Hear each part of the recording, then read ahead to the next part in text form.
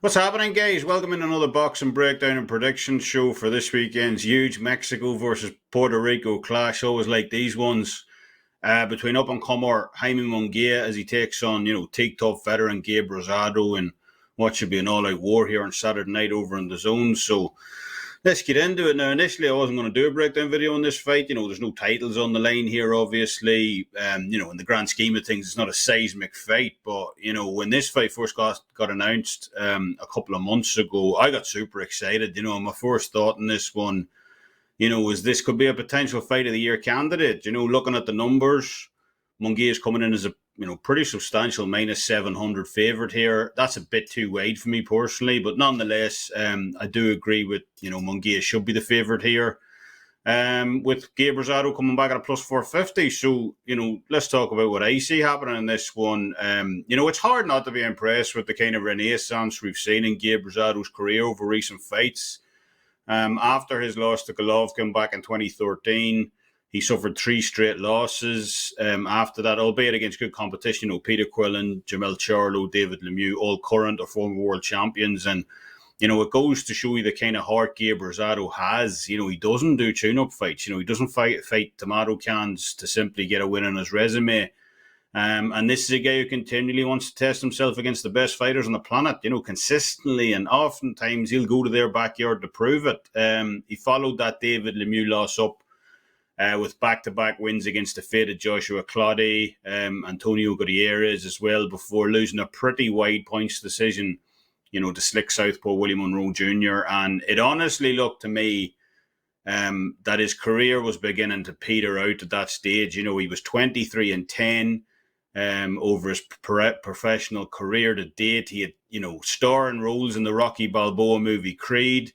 He was then brought over to England back in 2017 as a standing opponent for the age of Martin Murray. And, it looked for all intents and purposes that, Gabe Rosado had effectively kind of slipped into that journeyman role, almost like an Eric Molina or Kevin Johnson, where, they bring this guy over as a recognized name, someone who's been around the block fighting the best, been involved in some world title fights. And, now at 30 plus years of age is being lined up to pad some, up-and-comers resume. But, Rosado didn't read the script. He had a razor-thin split decision loss to highly rated Daniel Jacobs last year.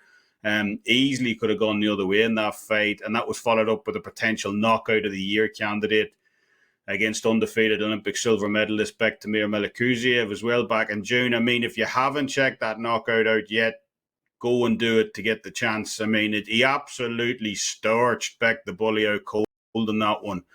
One of those twitching kind of knockouts. So, we're seeing a side of Gabe Rosado now that we really didn't see in the past. The guts and the passion are obviously still there, but he's more seasoned now. He's more measured, more patient in his attack, and that makes him a lot more dangerous as a result. In the opposite corner, we've got a fighter in Jaime Munguia who's improving at a phenomenal rate himself.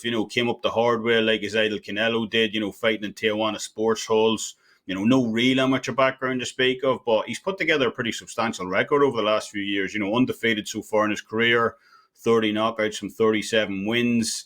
I did personally think, although that could be the patriot in me, that Munguia lost to Dennis Hogan back in 2019. I thought Hogan did enough to outpoint him in that one, but even with that only being 2 years ago, the improvement in Munguia since then has been rapid. I was really impressed with him in a stoppage at Camille Cesar back on that same card that Gabe Rosado fought on in June. He was cautious going into that one, kept that high guard up. But once he started to hurt Cesar to the body, wearing him down, he really started to up the ante from that point on. Started walking Cesar down, ripping off hard combinations to the head and body. And, once this guy doesn't respect your power anymore, once he's got you hurt enough that, you're continually backing up, and what's coming back at him is no longer a threat in his eyes. He's absolutely incessant from that point of the fight on. He will look to go for the finish. And Duracell need to start sponsoring this guy, in all honesty. Rosado's going to have to get this guy's respect early in this one and pretty much throughout, because if he doesn't, Munguia is just going to continue to walk him down in this one and look to close the show. I think Rosado can earn that respect, though, off Munguia. Rosado showed against Melikuziev that he has that one-punch knockout power, and on a guy with a very similar style to Munguia as well. Loves walking forward with combinations, loves, throwing to the head and body, and Rosado proved a point in that fight by stopping him badly. So Munguia needs to be careful here. He can't get too reckless in there, as Rosado will punish any mistakes if he gets overzealous in this fight and drops his defense. In my opinion, Munguia likely wins this fight, although I wouldn't be rushing to lay minus 700 on him either. His work rate is better than Rosado's. I think he's improved a lot on his own defense as well, and combinations over the last few fights. And I think Rosado will be looking to time him coming in spots here, just like he did against Malakuziev, keeping that high guard up, waiting for his opportunity to strike. But that's likely going to mean he gives away a lot of the rounds here, as Munguia will be the more active fighter in this one. And the Munguia by decision prop is going off at a plus 200. I like that price. Rosado has underrated defense, in my opinion. I think he will get Munguia's respect here as well.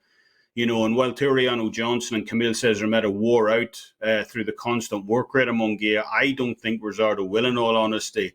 The one aspect that does concern me in this fight is Rosado's susceptibility to getting cut. He has a ton of scar tissue built up around the eyes over the years, all the wars he's been in.